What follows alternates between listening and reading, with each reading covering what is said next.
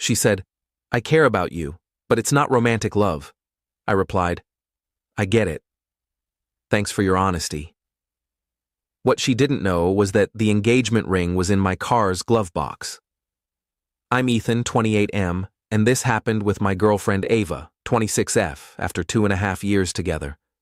We'd been living together in my downtown apartment for 18 months, and I thought things were going strong. Last Tuesday night, I was finalizing a report for my advertising agency when Ava walked into my home office with a grave look.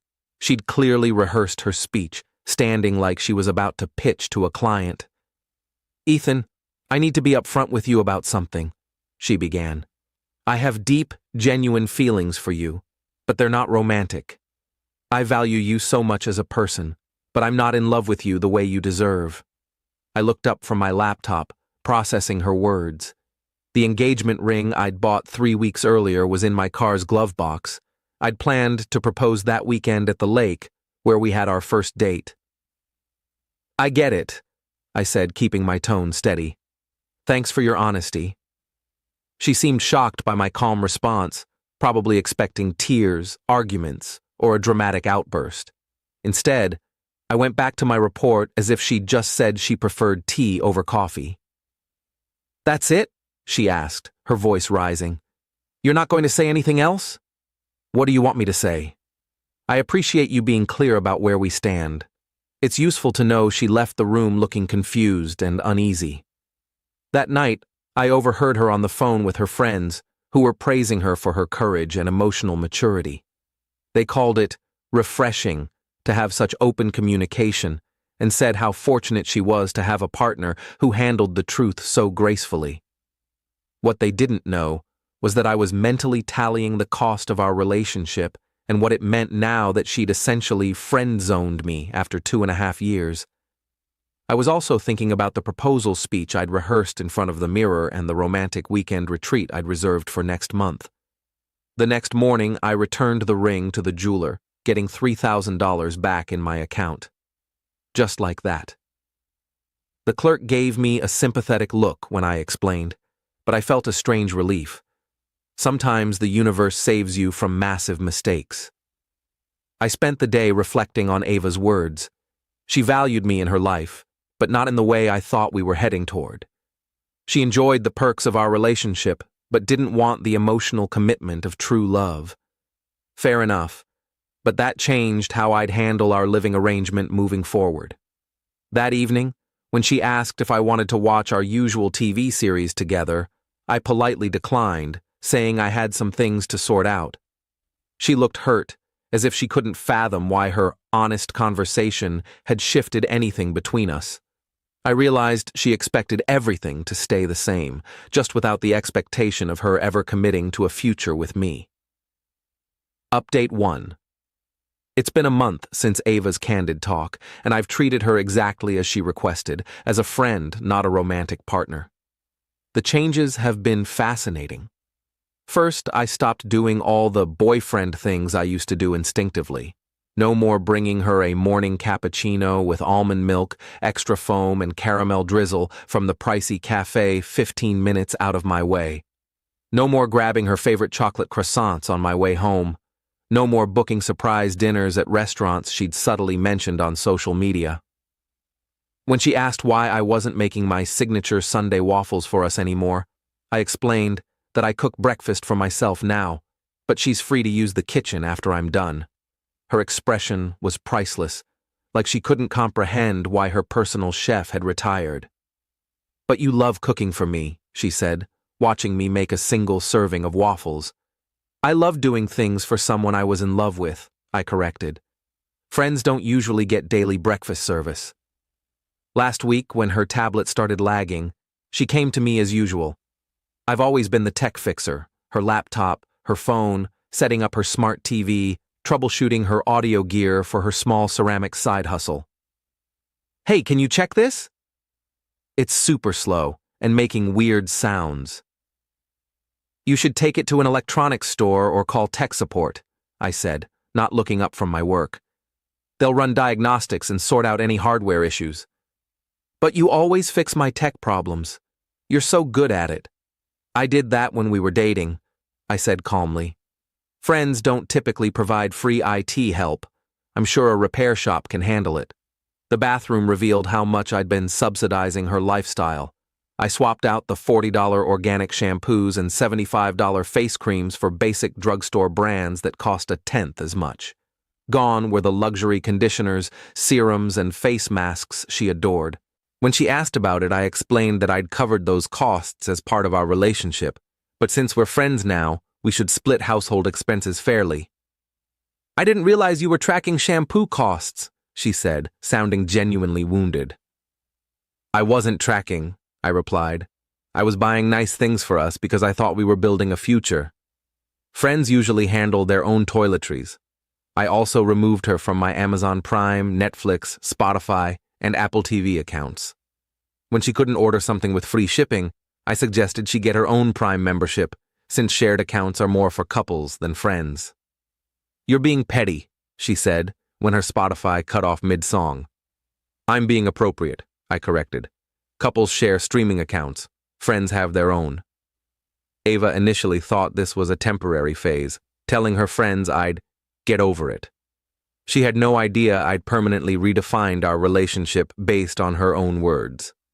The man who used to anticipate her needs and solve her problems before she asked was now a courteous roommate who set firm boundaries and expected equal contributions to shared costs. Update 2. Ava's birthday was last week, the ultimate test of our new friendship dynamic. In past years, I'd gone all out. For her 24th, I surprised her with a weekend getaway to Sonoma, complete with vineyard tours and a stay at a charming inn overlooking the hills. For her 25th, I threw a surprise party at the cocktail lounge where we met, hired a photographer to capture it, and had her favorite cake flown in from a renowned Seattle bakery she'd raved about after a work trip. That cost me around $2,000, but her joy made it worthwhile. This year, I sent a happy birthday text at 9 a.m. and gave her a $25 Starbucks gift card I grabbed during lunch. The contrast hit her hard. "This is really all you're doing for my birthday?" she asked that evening, holding the gift card like it was radioactive. "We can grab dinner if you want," I offered brightly. "Want to split the check at that new Mexican place? I hear their tacos are great." Her face cycled through emotions: confusion, hurt, disbelief, anger, then something like panic. "Split the check?" "Ethan, it's my birthday, exactly, which is why I got you the gift card," I said, pointing to the Starbucks card. "That should cover your half of dinner at most places." She stood there, probably realizing for the first time what just friends actually meant. She ended up ordering pizza delivery and ate alone while I went to my weekly trivia night with friends. Her book club, who'd cheered her brave honesty, was oddly unavailable for actual birthday support. When I got home at 11 p.m., she was on the couch, looking dejected, surrounded by pizza boxes from her solo dinner. "I can't believe you're treating me like this," she said, not looking up. "Like what?" "Like I don't matter to you anymore." I sat across from her, giving her my full attention. "Ava, I'm treating you exactly how you asked to be treated. You said you have feelings for me, but not romantic ones. This is what friendship looks like. Friends don't plan lavish birthday surprises or spend hundreds on celebrations. They send a nice text, maybe grab a casual meal if schedules align." The reality of her request was sinking in. But the real wake-up call came when she caught a cold 2 weeks later. In the past, I'd have taken a day off work, made homemade vegetable soup, hit the pharmacy for meds, and been her personal nurse until she was better. This time I texted, "Feel better soon. Stay hydrated," and went to work as usual. When she complained that I wasn't caring for her, I reminded her that romantic partners nurse each other back to health. Friends send get-well messages and maybe drop off soup if it's convenient. "You used to love taking care of me," she said, looking genuinely baffled and hurt. "I used to be in love with you," I replied matter-of-factly. "Now we're friends." The level of care is different. Final update. 3 months after Ava's declaration, I told her I'd put an offer on a townhouse in the suburbs and would move out when our lease ended. Her face drained of color. You bought a place? Without talking to me? I mentioned I was house hunting when you asked about my weekend plans. I didn't know friends needed to consult each other on major purchases. Our rent was $2,800 a month, and while we were supposed to split it 50-50, I'd been covering about 70% when you factored in utilities, Wi-Fi, and miscellaneous fees I paid without nitpicking. That's when the backpedaling began. Ethan, I think I made a terrible mistake, she said that night. I've been rethinking what I said about my feelings. I was wrong. I do love you, really, and I want us to try again. I gave her my full attention, like I would for any friend in distress. It sounds like you're under a lot of pressure right now. Big life changes often make people second-guess past choices. That's normal. I'm saying I want to be with you romantically again. I want to move to the new place with you and go back to how it was. I weighed her words carefully. I appreciate you sharing that, but romantic love needs mutual feelings from the start. When you clearly stated your boundaries 4 months ago, I accepted them and adjusted permanently. Friendship is what you offered, and that's what we have. But here's the real twist, and I should have mentioned this earlier. 2 weeks before I moved out, Ava's sister Lily pulled me aside while helping Ava pack. Ethan, I need to tell you something, she said, looking uneasy. Ava knew you were going to propose. She found the ring receipt in your car a month before her honesty talk. It all clicked. Ava had panicked when she saw proof of my proposal plans, but didn't want to lose the lifestyle I provided, so she thought she could friend-zone me while keeping all the relationship perks. She never expected me to actually treat her like a friend. When I confronted her, she broke down. I was scared, she admitted. I thought if we stayed friends, my feelings might grow over time. I thought you'd wait for me. Ava, you had 2.5 years with full access to my heart, my home, my support, and my future. The issue wasn't time or pressure. The issue was you were never truly in love with me. I've been in my new place for 4 months now, dating someone amazing. Claire, a web developer, made it clear from our first date that her feelings are undeniably romantic. When she saw my townhouse, she said it felt like a place where someone was genuinely happy to live. Ava had to move in with her parents after struggling to afford rent on her ceramics business income.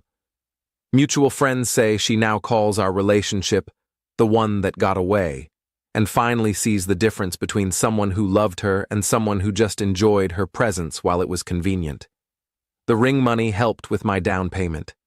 Sometimes, the universe really does shield you from terrible mistakes, and sometimes the person you thought was your forever turns out to be the one you're far better off without.